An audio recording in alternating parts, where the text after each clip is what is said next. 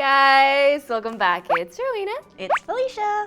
We've all heard the phrase, don't sweat the small stuff, right? Well, it's easy to say because when it comes to the small things in life, it's surprisingly how big they can seem in our heads. And today we're going to be talking about probably one of the smallest but most frustrating things of all. The little feisty friends we call pimples. And I'm like struggling through it right now, people. I had my first breakout. She did! I now understand you oily, acne-prone skin types. And this is something that I think a lot of us can relate to because although they are in reality quite small, they have such a huge impact and hit deeper than just our skin surface. Struggling with pimples and acne can really affect our self-esteem and confidence, no matter what your age is, and they can pop up because of completely different reasons for different people. So there's even more added frustration, which then causes more breakouts. Why? But you're not going through this alone, trust us. And the more we learn about why these little buggers flare up in the first place, the more confidence we can truly gain by knowing exactly how to properly treat them from the inside out. Each specific acne product does, including the hydrocolloid patches, those pretty pink drying lotions, the ointments, and acne creams. And most importantly, how and when to use these in our skincare routines. And then of course it wouldn't be a Beauty Within episode if we didn't go into some ingredients, right? So we're going to explain how the most popular acne ingredients like zinc, salicylic acid, benzoyl peroxide, and even retinoids can help with breakouts and acne. Now let's get into some reasons on how acne forms in the first place. Womp womp womp. Alright, it's probably safe to say even the most blessed and flawless looking skinned people have encountered the terror of a pimple at least once in their lives. I hope God is fair. But how exactly does a pimple form, and what is really going on under the skin when they rear their cute, ugly little heads? Skincare story time! Once upon a time, in the vast lands of skin, there laid hundreds of tiny little holes, and their names were called pores. And if you were to look inside any of these pores, you would come across a hair follicle going from deep inside like Jack's beanstalk. And the part that helps to nourish that hair follicle to grow is the sebaceous gland, which produces a sticky substance called sebum. Every day, the sebum makes its way to the surface, traveling up the hair follicle towards the surface of the skin. While this is all happening, our skin is also constantly shedding off dead skin cells that have lived their best life and are now moving on to the next phase of their life to become dust. Because around 50% of the nastified dust we both see and don't see is made up of dead skin cells, and that's kind of creepy. This concoction of natural oils is a high-functioning wetsuit that's not only holding all our organs and cells together, it's naturally waterproofed and designed to protect and keep us alive and healthy. And in this story, there are dry skin people and oily skin people and people that fall everywhere in between. Everyone can get acne. But what acne comes down to internally is all inflammation and skin turnover. When you have acne, your skin cell turnover is in overdrive. While new cells are being produced, the old cells aren't being shed as fast as they could be, which leads to buildup and clogged pores.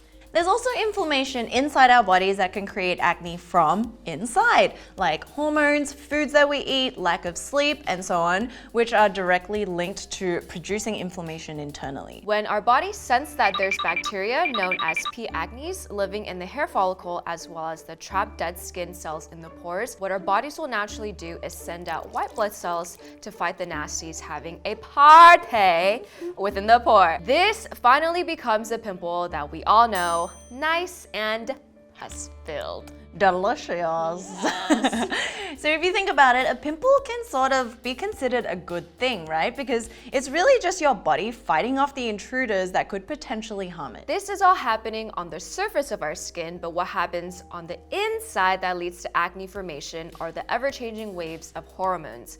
And when hormones fluctuate, it can signal to the sebaceous glands to create more sebum, and therefore increasing the chance of dead skins getting stuck into the pores, causing breakouts. And one of the most important and underrated reasons for breakouts and acne is related to the food we eat, because different foods cause inflammation in the bodies, which of course affects everyone differently, but on a whole, fried foods, dairy, sugar create a whirlwind of reactions inside, and it really does make us inflamed. We've done in-depth videos explaining how this all works in a 2-part series, so please check out those videos to learn all about it. So now that we know what's going on inside and outside our bodies, let's talk about 2 main types of acne we commonly deal with. First up, any sort of breakout or acne can be divided into 2 groups, non-inflammatory and inflammatory. Non-inflammatory types of acne refer to whiteheads and blackheads. So what's the difference between a whitehead and a blackhead? Whiteheads appear on the skin like small, whitish, or even flesh-colored spots and bumps, and they're kind of circular, so while the skin around it is a little bit wrinkled and red or tight. And it's also formed with dead skin cells, oil, and bacteria, which becomes trapped in your pores. It's also usually quite small and easily punctured. So on a scale of pain, it's like a 1 or 2.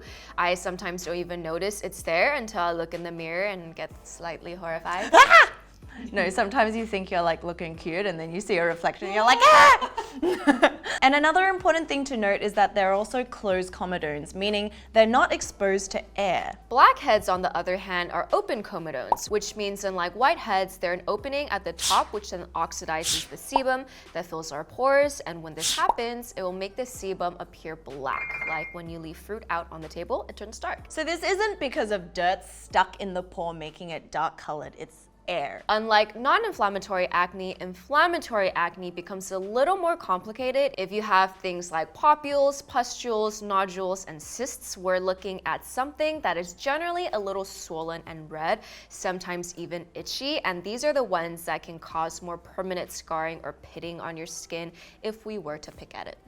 So a papule and pustule are the ones we normally think of when we say the word acne or breakouts. Papules are usually like a larger whitehead. They're tender bumps with redness and swelling around the center caused by inflammation. And then pustules are like the evolved form of a papule, like Pokemon. It's just getting bigger and bigger, more pus and more pus. It's usually like a raised area that's spreading, and the inside can look like a sunny side up egg. Yay! Exciting news is that most pimple products out there are designed to help with these 3 forms of acne: whiteheads, papules, and pustules. Anything more than that, products really aren't going to do much. Which brings us to the more severe forms of acne, including nodules and cysts. So nodules can look like flesh-colored lumps that are hard and painful if you touch it, and they can also have red inflammation surrounding the area as well. And this is because the root and the inflammation extends way deeper into the skin than a papule, which is why it's so painful. And if any of you have had this, you will know what we mean. It's like firm. Even if you wanted to squeeze something out, there might not be anything there to squeeze. It could be blood and it's just straight up painful. And then there's cysts, which are in a complete league of its own because it's formed so deep in the layers of skin, and they have a membrane that lines the inner surface like a womb. So it feeds itself, and so in order to really remove a cyst, you have to cut into it and then remove that lining and take it out from its root. And cysts can also be there for years, and they develop and develop, and so by the time you get it out by like a professional, like Dr. Pimple Popper, it can even smell so rank. So definitely see a specialist for this, and I'm sure if you are fighting things like cysts, it's not about the surface. It's about your body, your hormones, and that's something completely different. So because Rowena has dry skin and she's probably never experienced like prolonged breakouts, I got you a present. What is that? Pimple picker. Yeah, open it. Oh, it's the game. Oh my goodness. So it's basically a piece of flesh where there's also pus. So I'm gonna set this up for you. There was something in here already, so I don't know if it was used, but this is so nasty. It looks so real. Okay, but what you do is you put this nice filament of pus and warm it up in the microwave for 10 seconds. 10 amazing seconds.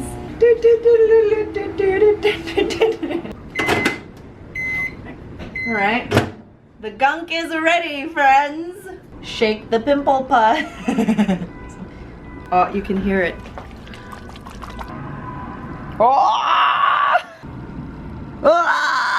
It congeals really quickly. Okay, so this is what happens when we wash our face. We usually stayed in a motel. Sorry, Ice. It's skin. This is more exciting than baking. Now I'm back here. Going to give Rowena her present. Okay, so what you have to do is just squeeze it. This is the joy you probably never have had. So squeeze it like skin. We also don't encourage you to squeeze your skin. Is it gonna drip out? No. Does it drip out of your pores? This is real skin, Rue. Ew, it touched my nails. Oh God. Squeeze it out. Unfortunately, it's only a one-time High use. five.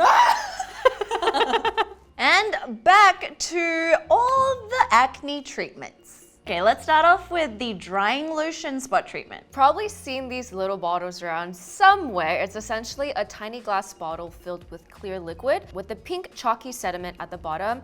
And warning, you're not supposed to shake it. A lot of brands now make these, from Mario Badescu to Kate Somerville to even K-beauty brands like the Etude House one, which is actually the very first one I got. It was part of a kit. So how do they work? The secret is in the sediment.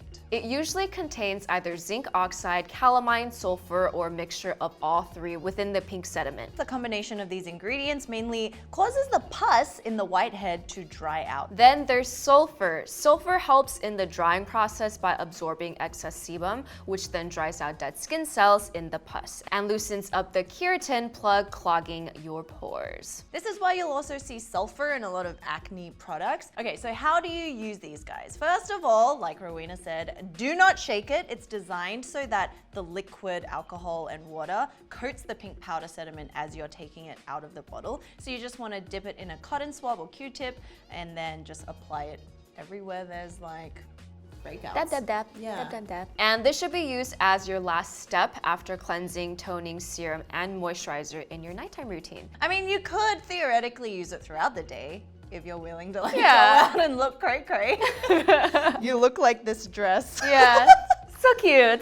Side note, that's why we wore polka dots. We don't just match each other, we match the topic.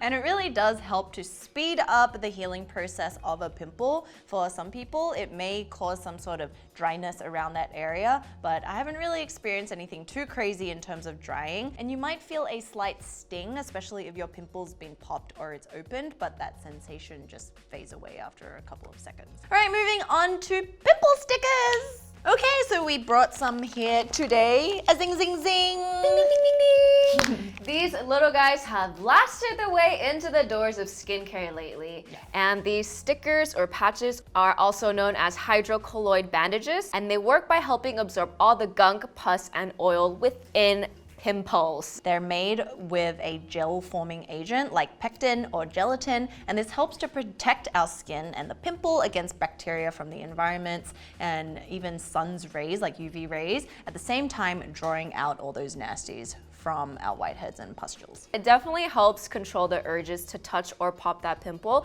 which then makes the healing process much, much quicker. And another interesting thing is we found an experiment conducted on these little patches, and the results showed that the group that used the hydrocolloid bandages saw improvements in redness, oiliness, and dark pigmentation after about 3 to 7 days. There's now stickers that have little micro needles in them that punctures just the very surface of the skin to inject some ingredients into the inflamed area. And it definitely sounds a little scary, but don't worry, you don't really feel pain. It's just like a little prick against the skin, because normally the microneedles are thinner than a third of the width of your hair. You definitely do feel. You feel it because when you put it on, you have to hold it down for at least 10 seconds. And that initial press, you're like, ooh, but then it just That's it. The microneedle stickers and some of the normal ones often contain either salicylic acid or tea tree leaf oil, as well as soothing ingredients like hyaluronic acid and or niacinamide to heal the skin while sucking all the nasties from the breakout. The Neogen is like, you can't see it at all. And then I like how the corner is the sticker and then the middle, I guess, is the stuff. Yeah. Cosrx also has the one that everyone uses. It's really affordable. That one is your basic sticker. It just covers it, protects it, and draws out the impurities. But then the Peace Out and also this Avril one is designed with salicylic acid, as well as things like niacinamide and the hyaluronic acid. Although they're a little bit more expensive. Yeah, when you wake up, is it like, Yeah! Oh my gosh, I will show you. It's amazing. show the world? Show the world. So after you wash your face, you want to just pop it on. Depending on what type of serum you use, it might be okay, but definitely not. Yeah, if you moisturize, it's gonna slip off. Yeah. And sometimes I forget that I'm even wearing them and I'm in the shower and I'm like, ew. She came to work a few days ago. She biked, and then they were just like, Oh yeah.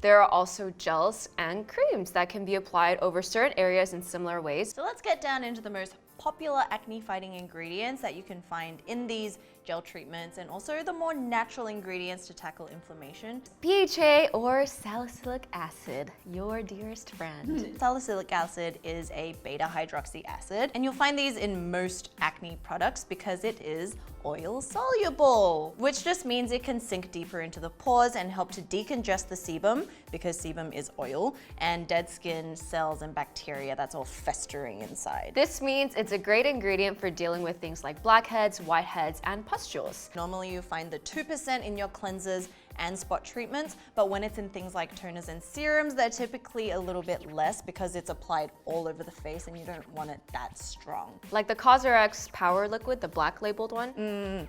Or the turquoise one that also has BHA, but that's got like 0.1 to 0.5% salicylic acid. This is the little 9%. If you try it, it's like oily. Oh, Yeah. It's not what you would expect. Yeah, this is surprisingly very gentle, and the next day you'll see that it's significantly gone down because it just helps to break apart all the like sebum. So normally I'll only use it 3 days in a row at most because then you'll start to see it will like flake a little because it is potent, but it's very effective. But if you're not into spot treatment, you can also try their 2% BHA toner.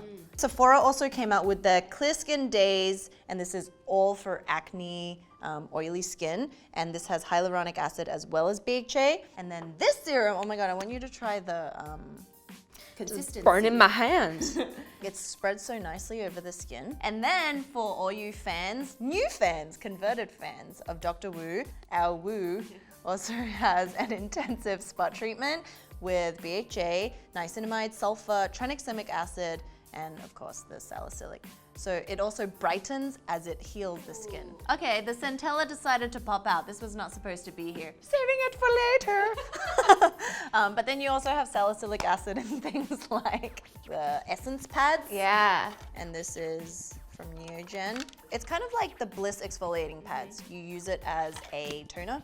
Swipe it all over the face. It's also got soothing ingredients like the camellia, green tea, tea tree leaf oil, which we'll talk about later, evening primrose, and all of these are great for calming and soothing. We know some of you guys don't react well with salicylic acid, so there is an almost natural form of it, which is willow bark. It is a related substance and it's called salicin, and it works in a similar way to help reduce inflammation, redness, and having that antimicrobial quality. And you'll see this in many products like Bliss and even Ren, and it can really work wonders for those of you who have more sensitive skin who can't handle the BHA. And because it is gentler, it will work a lot better for dry, acne prone. Yeah, there are dry acne prone, a lot of you actually. Next is retinols and retinoids. Retinols and retinoids can help to decrease the sebum production within the pores, and at the same time it resurfaces the very surface layer of our skin to speed up that cell turnover to make sure your skin is going through the right process. So it's able to work on the surface as well as deep in the pores and target where the acne begins. And you might have heard that retinols and retinoids can thin that top layer of skin,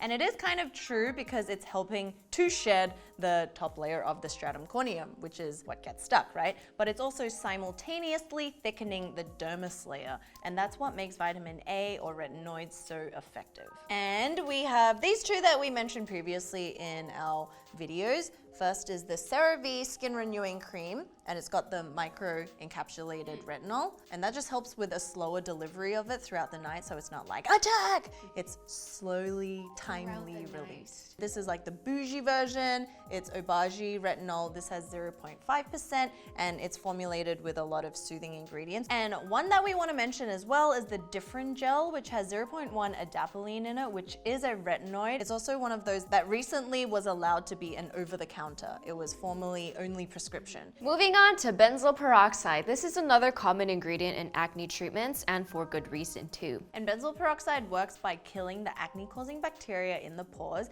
It normally comes in a 2.5%, 5%, and 10% concentration, and are normally used by those suffering from the more moderate to severe types because it is that strong. But this ingredient can come with a lot of side effects like peeling, flaking, redness, and irritation and burning. When it comes to this, I think it's best to consult with a dermatologist or just a doctor. La Roche-Posay has a dual acne spot treatment with benzoyl peroxide. This acne spot treatment reduces the number of severity of acne blemishes and helps clear blackheads and whiteheads. Now going on to the more natural ones that you'll also see formulated, these ingredients work to soothe and calm inflammation, disinfect and kill off acne-causing bacteria, as well as regulate the sebum production levels in the skin in a more gentle way. The previous are more like pew pew pew pew pew. This is more like First is tea tree oil. Tea tree oil is a natural antibacterial, anti-inflammatory ingredient, and if you're looking for it in the ingredients list, it might be under the name Melaleuca alternifolia leaf oil. We don't recommend you use it straight out of those little concentrated bottles because this can trigger sensitivities on your skin. So if you are buying a straight up tea tree essential oil, always dilute it with either water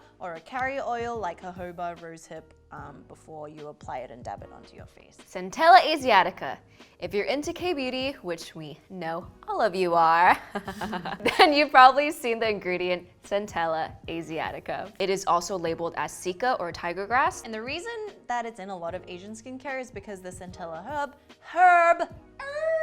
herbus mainly grows in Asia, and similar to the uses of turmeric, has had many ingestible and medicinal uses, and now it's spread to the West, where even brands like Olay and Estee Lauder are also including it in the formulation of their products. The one that we swear by is the CosRx Blemish Balm. Also the entire range of the Purito Centella, which is the one who wanted to make an entrance before it was due. But this has like serum, toner, sunscreen, also has the moisturizer. And eye cream.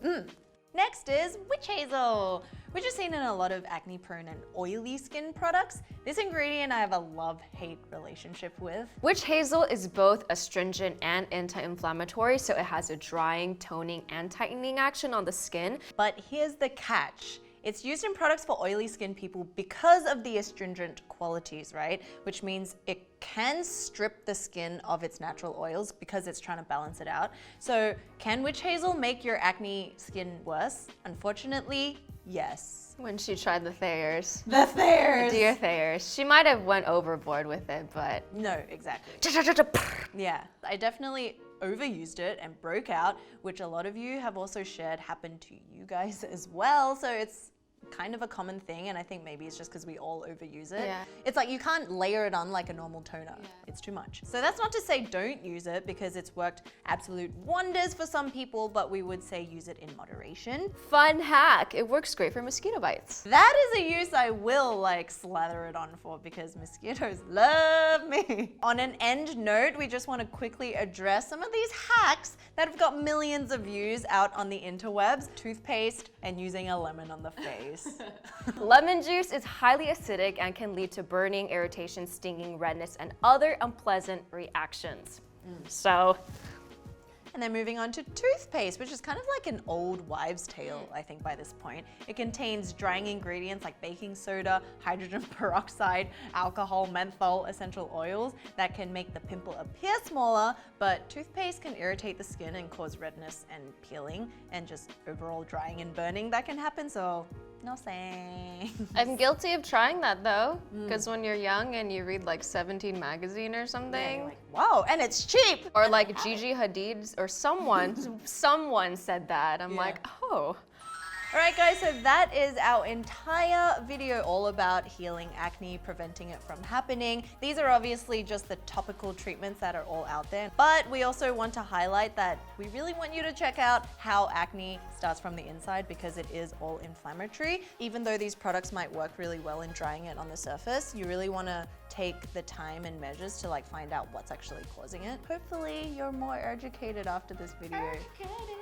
Educated. So let us know if you have any more questions about specific ingredients. We can always do a part 2, and we'll see you in the next one.